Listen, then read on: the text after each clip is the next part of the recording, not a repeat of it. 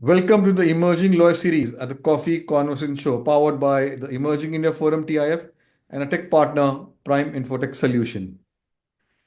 Theme is the business of law, corporate transactions, and compliance. We have with us Neeraj Dubey, the founder and managing partner at the Valid Points Law Offices. With 19 years of experience in corporate law, Neeraj has built a formidable career specializing in contract negotiations, IT laws, data protection, intellectual property, corporate compliance, dispute resolution. His expertise spans multiple industries, guiding businesses through the complexities of technology law, regulatory frameworks, and commercial transactions. Beyond his legal practice, he is also a passionate educator, sharing insights with aspiring lawyers through guest lectures and thought leadership articles. Join us as we explore the evolution of corporate law, the future of tech regulations, and what it takes to build a successful law firm in today's fast changing legal landscape. And we also uncover Neeraj as a person, his personal journey also. So, welcome Neeraj to the Coffee Corner Show. Thank you, Amirr. So, let me explain you the flow and the format. It is in three parts: professional journey round, personal journey round, and a surprise rapid fire round, for which you have to be witty, fun, and quick. And here's a give legal AI 101. Okay. So, yeah. So, friends, I'm Lion Amirr Virani, host at Coffee Conversation, legal tech evangelist at Prime Infotech Solution, author of 15 books. We help law firms, corporate legal, startup SMEs with world-class technology and tech training solutions. So, my first question for your professional journey round, Neeraj. You have had a long and successful career in corporate and technology law. What inspired you to specialize in this niche area? So, Amirr, I'm a first generation lawyer. So, I had no Hmm. idea how this profession should be perceived in totality. What I understood as an amateur that technology is the way forward, as it had started invading all aspects of life, and it is going to impact law or legal practice in a much greater way. So I started focusing on technology law, its impact on different sectors like banking, pharma, corporate governance, compliance, departmental work, defense, aviation, and so on. In an era emblematically dubbed as the information age, data has emerged as the new currency, driving economies, shaping businesses, and influencing whatnot. So my foray into the domain of data protection and privacy laws was not just a mere professional inclination, but a response to the, I would say, clarion call of the times. The confluence of technological advancement, the proliferation of digital platforms, and the inherent value of data have made data protection and privacy paramount. So corporate law happened to me as in my formative years, we were given companies to handle, which means all issues arising in that company were supposed to be handled by us. So understanding corporate for day-to-day handholding of clients became crucial. It still remains so. Any business structuring, decision making, or corporate governance would require a good understanding of corporate law. And when you say the word specialize, I do not agree to that completely. Focus on specific areas of law to become specialist was not common in my initial 10, 15 years of practice when I started in 2004. It was always dependent on how one's practice is shaped and how they have come to terms with the areas they have been working on, eventually focusing on one or two areas to be considered a go-to lawyer in the industry. So it was my inclination to explore new areas of law and their implications in our lives that inspired me to focus on tech laws and corporate laws. Wow. So, Neeraj, you have worked extensively in contract drafting, negotiation, compliance. What's the key to a watertight contract, according to you? Every contract, I would say, is different and specific for the purpose it is entered. They should not be templated. Templates can help organizations to some extent, but definitely not the lawyers who work on them, as it stops evolution and adoption of new ideas, which is roadblock to critical practical thinking for lawyers. With this premise, one should understand the key requirements in the contract they have to draft. What are the crucial elements that one has to negotiate for its client, and comprehend the compliances from all applicable laws. For compliances, it is better to keep a checklist handy to avoid missing anything that can cost dear to your client. Contracts can be watertight with respect to the requirements of your client, but then watertight concept itself is a fallacy. It remains an aspirational goal, and what one can achieve is the possibility of having a robust contract that can minimize the risk of disputes, involves no issues in enforceability, and minimizes ambiguity. Focus should always be on the attention to details, legal as well as business, focus on your client's interest, and completeness of the objectivity handled to you. So, Neeraj, with laws around data protection and cybersecurity becoming stricter, how should business prepare for compliance in today's time? So, entities need to understand the data that they are using, segregate them, understand what precaution needs to be taken against each categories of data, have a robust compliance system and paperwork in place to secure the interest of the organization. Engage with experts for consultations to help understand the entire regulatory regime, compliances, and do what needs to be done. Securing the data is crucial. So I would say it is in the entire data lifecycle management is something that organization to start adopting. How to procure data, who can procure, why to procure, what to procure, where to keep, when to delete, who can have access, till when to keep, how to secure the data, steps to be taken if there is any breach in security, how to secure the interest of the organization while dealing with data and its security. These are key questions that every organization should know and address about the data they use. And businesses should also implement comprehensive strategies like establishing a data privacy policy, conducting regular training sessions, appointing a data protection officer, and continuously monitoring and updating security measures. They should also implement strong security policies, maintain detailed documentation, and conduct regular internal audit. These are very key and crucial steps that organizations should take. Wow. Okay. So, Neeraj, what are the biggest legal risks tech companies face today and how can they mitigate them? So, what I have seen from my experience so far, cybersecurity, AI adoption, product liability, professional liability, regulatory compliances, and intellectual property remains the biggest risks for companies. So, when it comes to cybersecurity, it affects big and small companies alike. So, it is important for them to create the culture of awareness within the organization about this and have a compliance system in place. Same goes with AI, wherein for adopting any AI solution within the organization, there should be proper training, appropriate policies should be there, and engagement with professionals is key. When it comes to product liabilities, in today's age, a seemingly minor issue can create a cascading problem for entities that we have seen in social media. So companies need to be fully sure about their products, testing, compliances, and all certifications. It's better to use a product lifecycle management system. And in terms of professionals, we know we all are humans, to err is human. So it is better that corporates realize that professionals, employees are bound to make mistakes.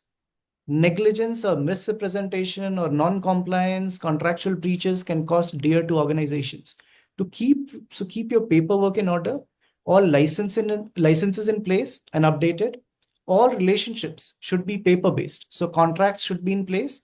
Have a robust email communication policy within the organization to avoid getting into issues, and have the right D&O insurance coverage. Then comes the regulatory compliance aspect. They have always an important and would continue to be so. So again, engage with professionals, and I always say right professionals. So you should know what CA can do, what CS can do, what a litigating lawyer or corporate lawyer can do when you need IP agents. So entities can also deploy software for the purposes of having regulatory compliances in place, and appoint a compliance officer. The last is the intellectual property safeguard. With the usage of AI, we are seeing the way AI is becoming unsafe in the digital space. So IPs define the entities with the kind of trade name, trademarks they have created, the brands they create, which resonate with their identity. So it is crucial to have not only non-disclosure agreements within and outside the organization and registrations of IP, but also have proper IP, I would say online IP security system in place, wherein you can check IP infringement, train employees and consult experts for such IP policy and system for the organization. Wow. So, Neeraj, how do you see emerging technologies like blockchain and AI shaping corporate law in the next decade? AI and blockchain, they are very key technologies, I would say, and the way they have been shaping the legal profession so far. And I'll purely speak from the legal profession perspective. So they have been helping the systems in a much greater way. These new technologies uh, will redefine everything, right from the conduct of a boardroom, compliance system, document management, service delivery to whatnot. Corporate lawyers would need to catch up with all these new age policies, regulations, and laws emerging not only in India, but all around us, everywhere, right? So they can understand the overall impact on corporates in India. AI is revolutionizing the legal profession in ways that are unimaginable. And automated document review that we see in our law firms now, legal research to predictive analysis. This has started shaping legal practices within the firms. Blockchain's ability to provide secure, transparent, and immutable record keeping is already being harnessed in Indian law firms as well. And we are seeing smart contracts in play. These are self-executing contracts. And once the terms are met, the contracts automatically gets executed. Now, blockchain also ensures all parties involved in a legal matter are verified and authenticated, reducing the risks of fraud or identity theft. That's why it holds the key in today's day and age. It can also help in the ways property and assets are transferred by providing a transparent, secure, and permanent record of transactions. The last one is cloud computing, which has already had a significant impact on the legal industry, allowing law firms to work more effectively and collaborate seamlessly no matter where they're located. The legal industry is constantly evolving and staying up to date on emerging technologies. Attend conferences, read industry reports, and network with other professionals to learn about the latest innovations and how they can benefit the firm. Beautiful. So, Neeraj, how has the corporate legal landscape evolved over the last 2 decades? What major shifts have you observed? Oh, so last 2 decades have been very, I would say, great changes have happened. And if I have to comprehend from a pure book-driven research to completely relying on online research, only physical appearances in courts to online or hybrid models of appearances, only physical meetings or audits to online meetings and data rooms, we have come a long way in these 20 years. The AI has already started creating its space and changing the practices in firms to begin with. So I can see that the corporate legal profession has witnessed transformative changes since my inception into the field, most notably in the seamless integration of technological advancements into everyday legal practice, like the use of AI, deep fakes, machine learning, autonomous vehicles, and various other technologies. In this year and coming times, I anticipate a continuous evolution in digital law services, an intensified focus on cybersecurity measures, and progressive developments in the regulatory framework governing AI and data utilization. These changes will necessitate a legal acumen that is both foresighted and adaptable to the emerging trends and challenges. Wow. So, Neeraj, how does mediation and alternative dispute resolution compare to traditional litigation in corporate disputes? Mediation and ADR. ADR. Okay. So mediation at its core is a facilitated negotiation process. So it hinges on the principle of collaboration or collaborative dialogue, with a neutral third-party mediator assisting the disputing parties in reaching a mutually agreeable solution. So that third-party mediator does not decide for you. The parties have to decide what they want to do. What always captivated me about mediation was its inherent flexibility and emphasis on preserving relationships. Given its non-adversarial nature, mediation is particularly effective in disputes where preserving the ongoing relationship between the parties is paramount. Mediation proceedings are confidential, ensuring that the nuances of the dispute as well as shared information during the process remain private. Unlike the rigid processes which are followed in courts, mediation offers flexibility. Mediation is faster, less expensive than traditional litigation. So there's a significant advantage in mediation that we see. Arbitration is a process where disputing parties agree to be bound by the decision of an arbitrator or a panel of arbitrators. So it is akin to a private court proceeding where the arbitrator plays the role of that of a judge. So my engagement with arbitration often involves high risk or high stake commercial disputes where parties sought a specialized adjudicating process. Parties can choose arbitrators with specific expertise. Parties have significant control over the arbitration process. Arbitral awards are enforceable, and under the New York Convention, your award is enforceable in more than 160 countries. Arbitration proceedings are also confidential, protecting the interest of parties, but then arbitration award can be challenged in court. So, throughout my professional journey, I've always been an advocate of choosing the right tool for the right task. While litigation has its place in a dispute resolution spectrum, the advantages of ADR mechanism, mediation, arbitration, they are undeniable. They offer parties an opportunity to craft their narrative, define their process, seek resolutions that are not just legally sound, but also emotionally and commercially satisfying.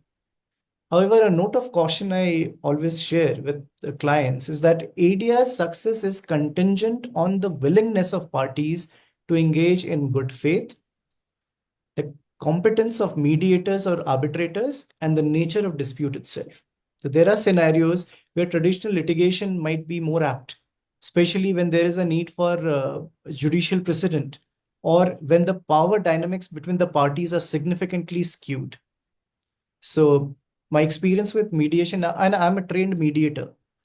So my experience with mediation and arbitration have reaffirmed my belief in the power of dialogue, importance of specialized adjudication, and the potential of alternative avenues in delivering justice. Wow, beautiful. In- okay, so Neeraj, you have pursued further legal education at Golden Gate University. How has that experience shaped your approach to law? Okay, so doing further studies after gaining substantial experiences, it helps you understand the generational gaps in understanding the same situations, right? A new perspective is added. So as I told you, I'm trained mediator. So when I did my mediation training at camp here in Bangalore, I was already a joint partner and had wonderful cohort to learn from apart from the faculties and guests. So there were few, I would say, retired judges and sitting judges who were part of my cohort then. Same goes with the XLRI course on transformational leadership, where I had the opportunity to be with a cohort of non-lawyers and at a senior level. LLM was just another logical step. I wanted to understand how the curriculum has advanced and how lecturing process has become more organized. How would the new principles, international practices, shaping the courses and training the lawyers right? It helped to a certain extent, that I must confess, but then again, there is always a great gap between what we read or are taught to what we practice. So I cannot equate the practice with education or institution. However, the fresh perspective is the key takeaway for me. Wow. Thank you for leading me.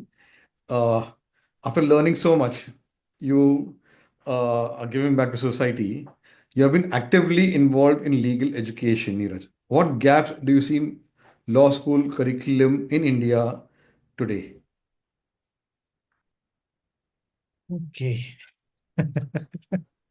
So gaps exist in practical skills, I would say real world experience, and the integration of technology and evolving legal landscapes.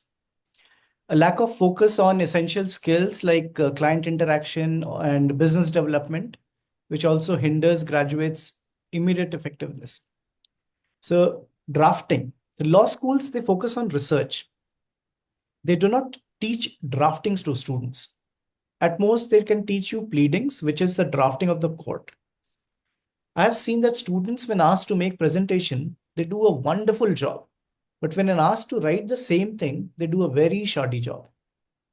They should keep practicing writing, beginning with summarizing simple case laws or laws that they read in their own words. This will help. Then there's an issue of superficial knowledge. Knowledge of a student is purely based on what they are taught in 5 6 months semester, and that too based on a curriculum. So the courses try to cover a lot because they have to show that they have covered the entire spectrum. But the students do not get sufficient time to dig deeper into the subjects. Even internships, I would say, are not sufficient or adequate to help them learn. They do 1 month internship in a firm. So very rarely they get opportunities to work on active assignments. Otherwise, their contributions are restricted to research or non-billable works. And the last important aspect is communication. Students are not taught communication skills, which is the most crucial aspect of the profession in corporate as well as litigation. It is important for students to understand the specific skills required for a courtroom or a boardroom or drafting a business memo or petitions to be filed. So, as you rightly said, writing, researching is essential. And I have been following you on LinkedIn. You publish different types of contents, and especially coffee speakers who publish and write on any like LinkedIn, their books and whatever. We make it a point to follow their work, engage, comment. And so my question is, how do you decide what type of content to create and publish on LinkedIn? So that totally depends on what is going on in the industry and what kind of clients I'm advising to, because that saves time, right? You're currently working on similar assignments and then you have your research ready. So you know about the latest cases and then you can simply put it out there. So that's the most important aspects. And plus, this is converting your experience as a suggestion to the people who are reading your posts so that they get the message and they try to avoid making those mistakes. So that's a simple rule that I follow. Plus, if anything new comes up, any new law that will have wider impact in the industry or the clients that I have, people that I follow. So I write about those laws as well. So let's go to now your law firm. What's the story behind naming of your law firm the Valid Points Law Office? What challenges have you faced in building your law firm? So I'd say 2023 was a watershed moment in my career, and the decision to establish a law firm emanated from a deep-seated desire to create a law firm that was reflective of my beliefs and principles. Excuse me. And I did not want to have my name on the wall kind of a law firm. It should have a neutral name which would justify, and if I happen to create a legacy, then it can be carried forward by others, right?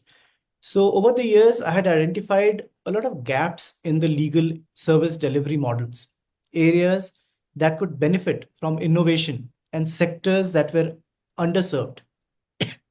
So Valid Point was conceptualized to address these very gaps that I had identified. Another motivating factor was the rapidly evolving legal landscape, the dawn of the digital age, the globalization of businesses, and the increasing complexity of legal issues. They demanded fresh approach.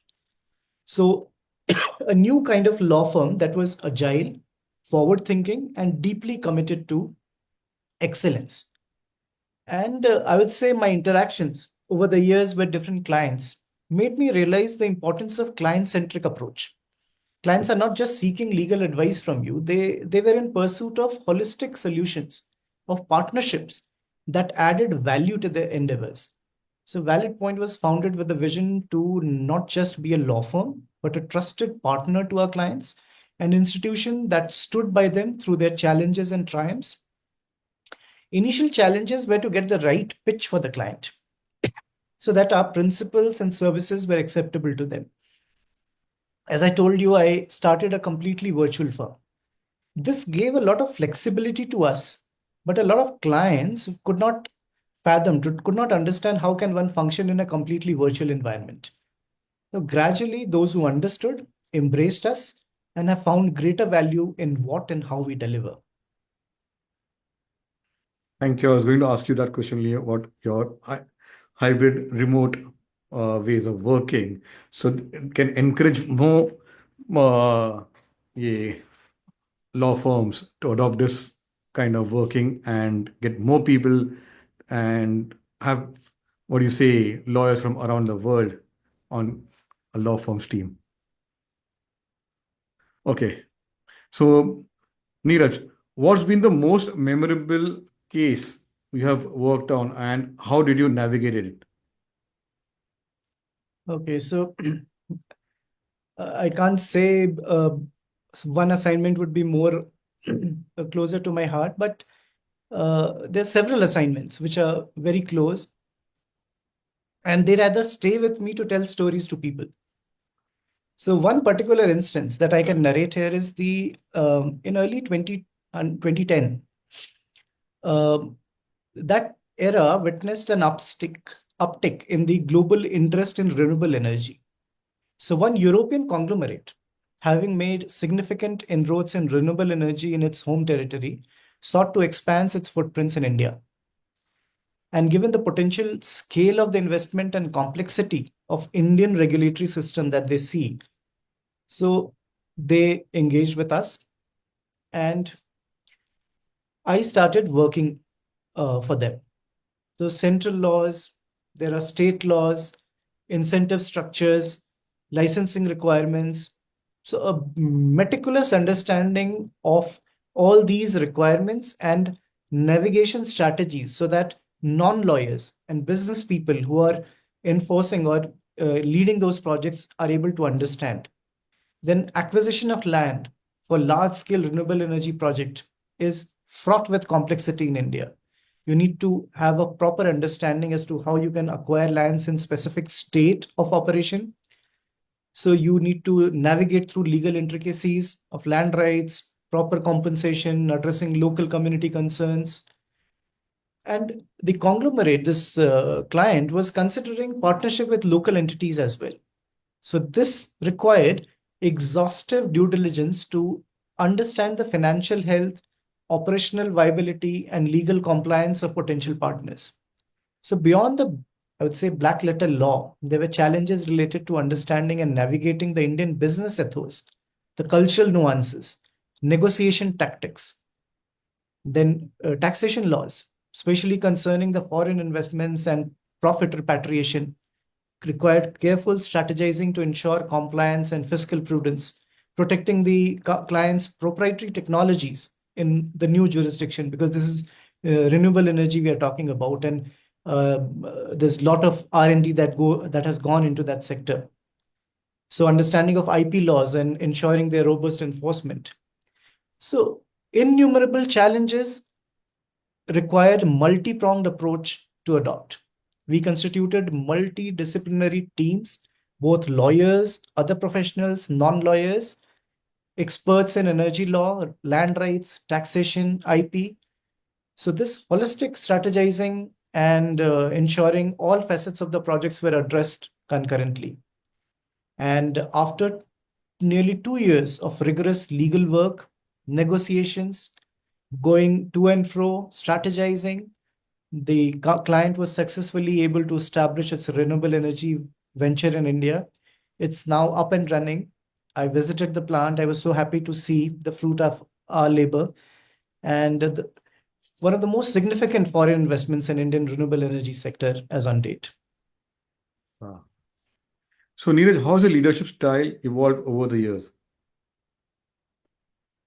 So essentially, when I started as an associate, I was involved in a lot of administrative processes as well. So I could see from a very close corner as to how things work in a law firm when it comes to HR. And that's the most important aspect because HR, and as I understood, and gradually I started doing HR and labor laws, I understood that as the key to any organization because organizational success it stands on the quality of the people that you have, right? So that was my first challenge, or I would say that was the first thing that I wanted to do. And I created a system in my firm wherein I give complete flexibility to my team members to work any 8 hours that they prefer. It might be right from 8 a.m. till the evening. They can work at night. They can work anytime that suits them. They just need to maintain two aspects, the quality and the deadlines. If they miss the deadlines, then they get the tick. And then there are, of course, questions and discussions over those. So we created system wherein they do work, they execute work when they are most productive, when their brain functions at the optimum, and they're able to produce the best results.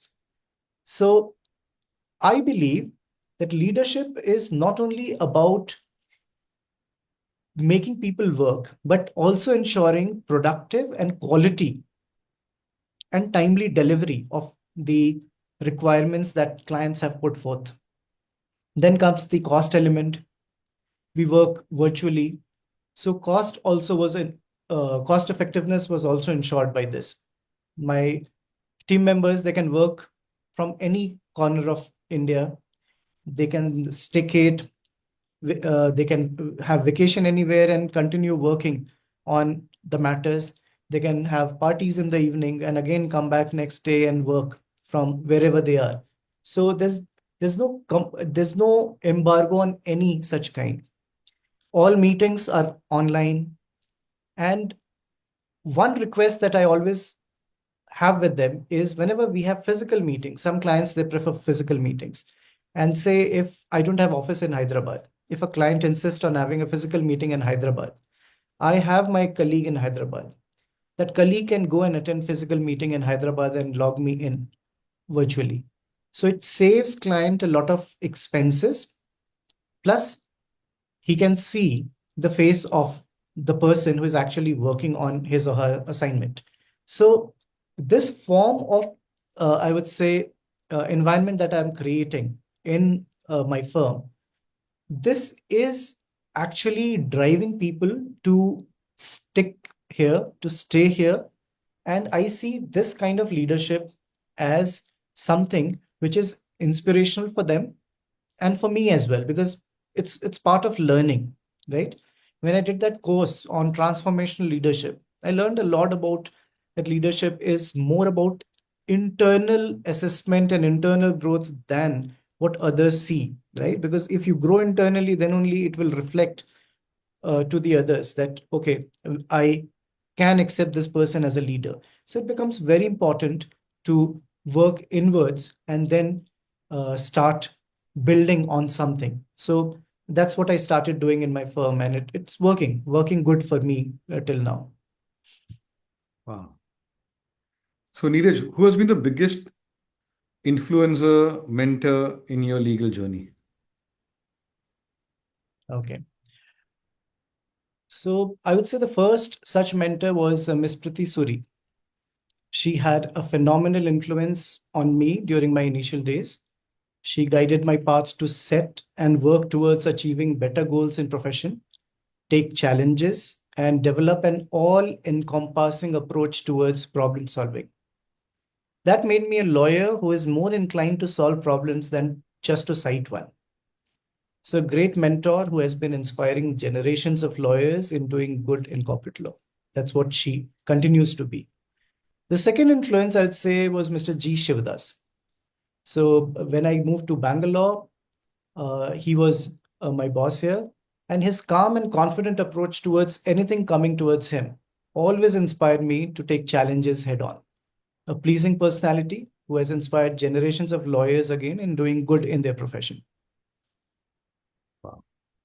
So, my last question for your professional journey round: what advice would you give to young lawyers looking to enter the corporate and technology law sector?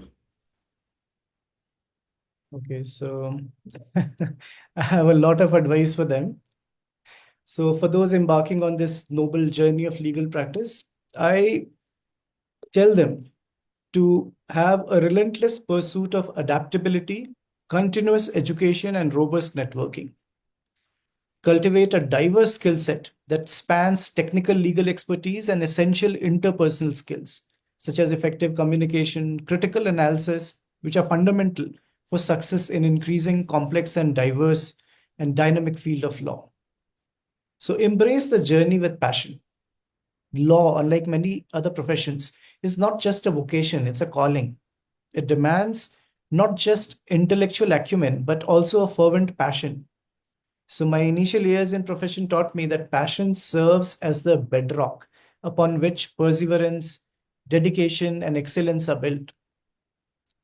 Lifelong learning is the key. The edifice of law is in perpetual evolution. So, as we discussed, the 20 years of my experience, how things changed, though shaped by socio-economic changes, technological advancement, and the inexorable march of time. The academic rigors of law schools, while foundationals, are just the beginning. Embrace a mindset of lifelong learning and cultivate a holistic perspective. Law does not operate in vacuum. It intersects with politics, economics, sociology, technology, numerous other disciplines. So this interdisciplinary perspective enriches legal understanding and fosters innovative solutions. And then again, develop a robust communication skill, the power of eloquence, clarity, persuasion, they cannot be overstated in our profession. Building relationships, networks is so important. Nurturing mentor-mentee relationship, cultivating camaraderie with peers can open doors, offers fresh perspectives, provide invaluable support during challenging times.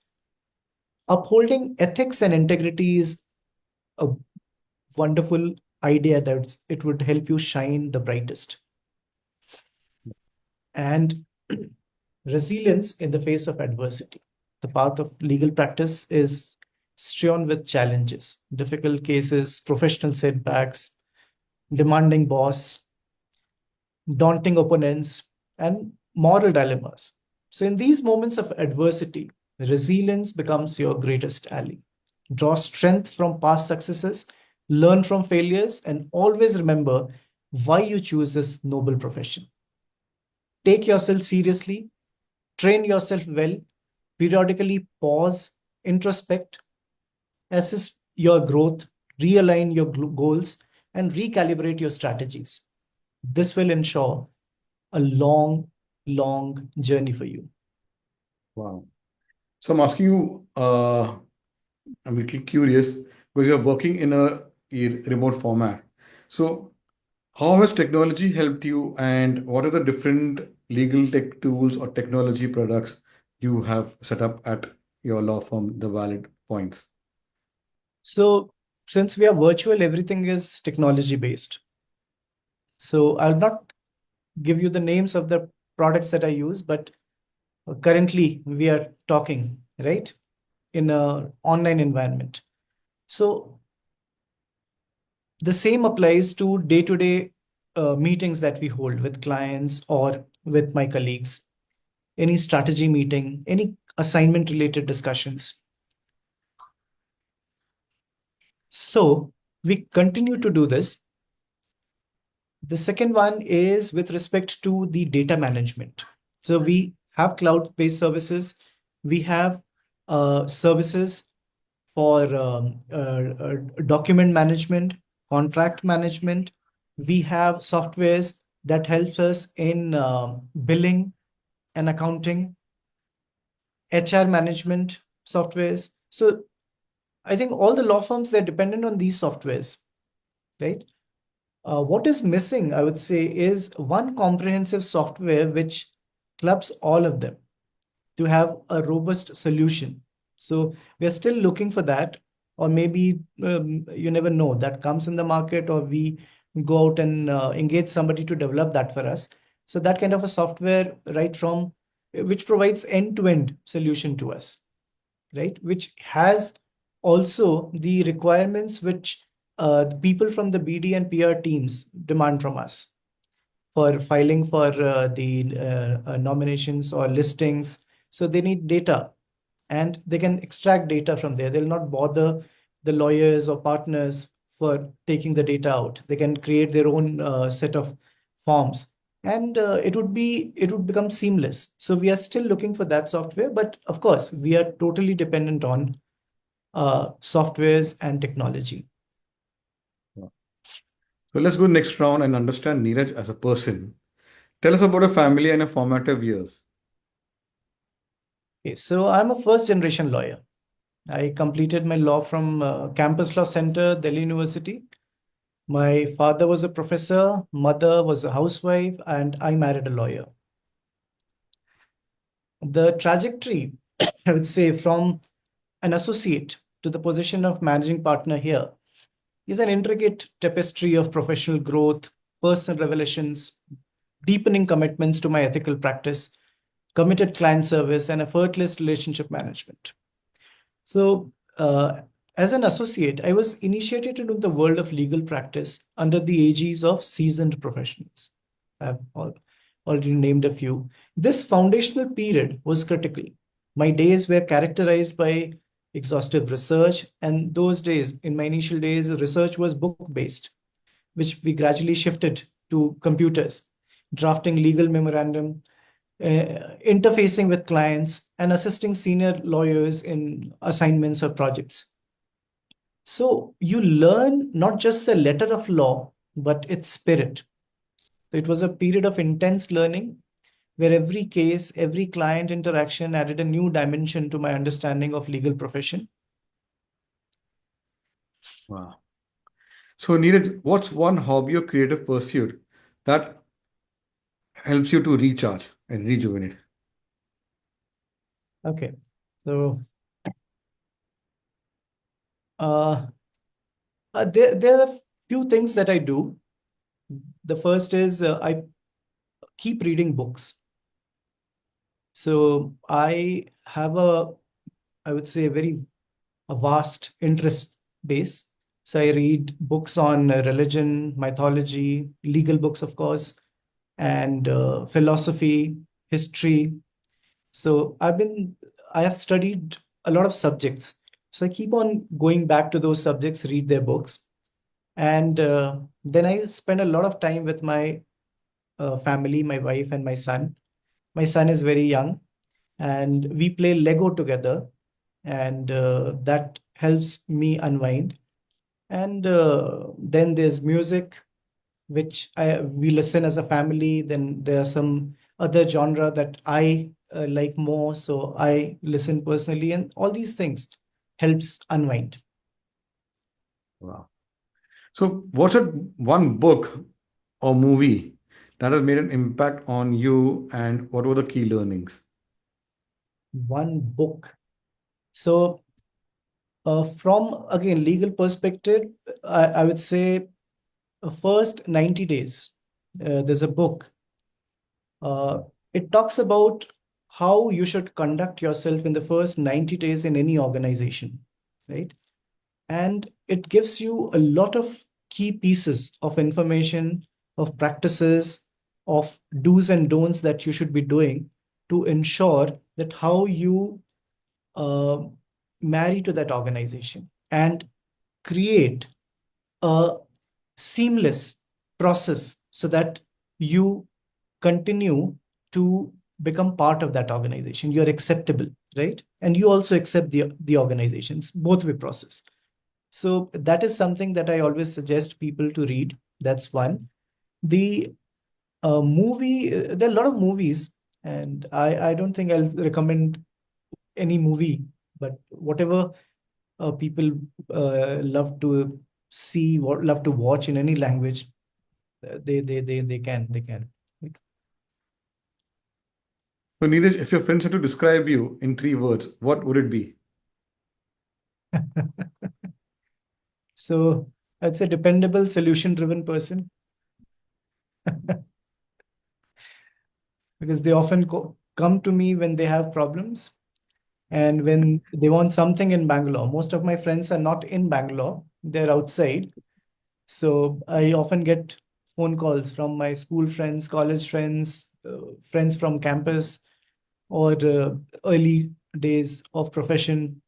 And I've stayed in all parts of India, so I'm connected. I'm from Ranchi, which is now called Dhoni's town. Then I've stayed in Delhi, studied in Delhi in Campus Law Center, and stayed there for 16 years. Then moved to Bangalore, married to a woman who is from Bombay. So I've pretty much covered all parts of India. Wow, beautiful. So, what are your goals for 2025, personally, professionally, Neeraj? So professionally, I have to keep working hard and uh, I have to create a niche for transactions practice. So that is the key focus, and more push in the data protection cybersecurity practice. These are the two key areas in which we are working very, I would say, enthusiastically. And from the post, you would see that the first half has been completely dedicated to cybersecurity and cyber crimes, data protection, right? And will continue to do so all around the year.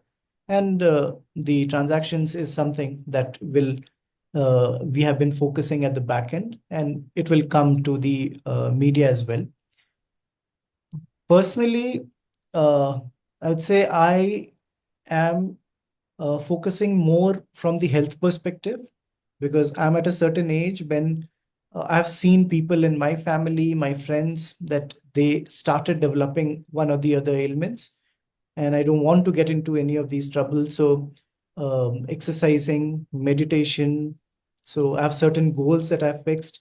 I wear watches to keep a track of the food I take, what I drink, where how much I walk, how much I exercise, so everything. So this is something which I do, and I audit myself weekly basis, monthly basis, and then also engage with other people. You cannot do this in isolation. So you need to have circle of friends and well-wishers who can do some of these activities with you so that they can keep pushing you, you push them.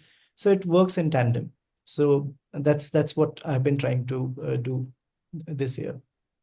Wow. My last one is a googly one, Neeraj. Describe Neeraj in one line. So, I'm a very shy person, very reserved.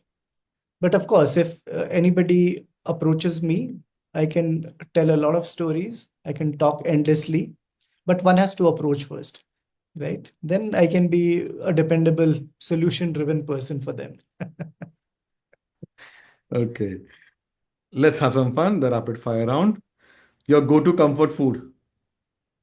Ah, Dal chawal. Wow. Corporate law or tech law? Tech law. You're a morning person or night owl? Morning. One legal principle you swear by. Ah, ignorance juris non excusate. So ignorance of Wow. law is no excuse. Your dream travel place. Himalayas, entire Wow. range, all the Himalayas. Favorite cuisine from Ranchi. Litti chokha. Wow, my goodness. I've had the fortune of having in Mumbai. There are certain places Yeah, on street, yeah, people from Ranchi, Bihar, they are selling. yeah. So yeah, two, three places which I've discovered and had the fortune of having. So one place is nearby home. Oh, one. Yeah. So so good. What do you say? Snack. Yeah, Okay. Uh, Favorite place in Bangalore to Malleshwaram. visit? Wow. It gives Let's you go to that Delhi. small Sorry. town feeling. I've lived there, and I've lived there for almost 3.5 years. And you can actually walk down the lanes. There are history walks that I've attended, and Hmm.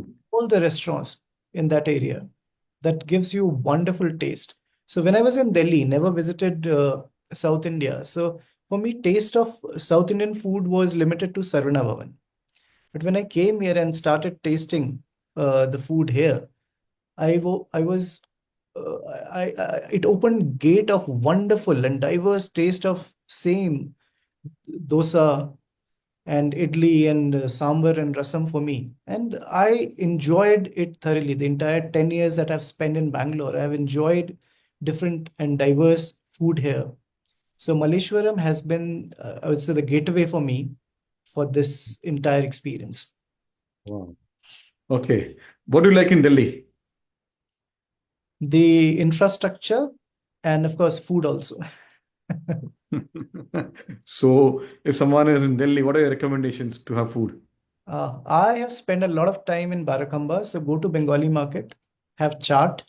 You can have chaat from UPSC as well. The wonderful places Mhm. to have chaat, and that's what I will recommend. Wow. So, tea or coffee to recharge? The desi chai, kullad wali chai. And in Yes, yes. Bangalore, I'm exposed to a wonderful variety of coffee. This is coffee, by the way. So filter coffee Yeah, here is wonderful. yeah. Bangalore is famous. All up now south.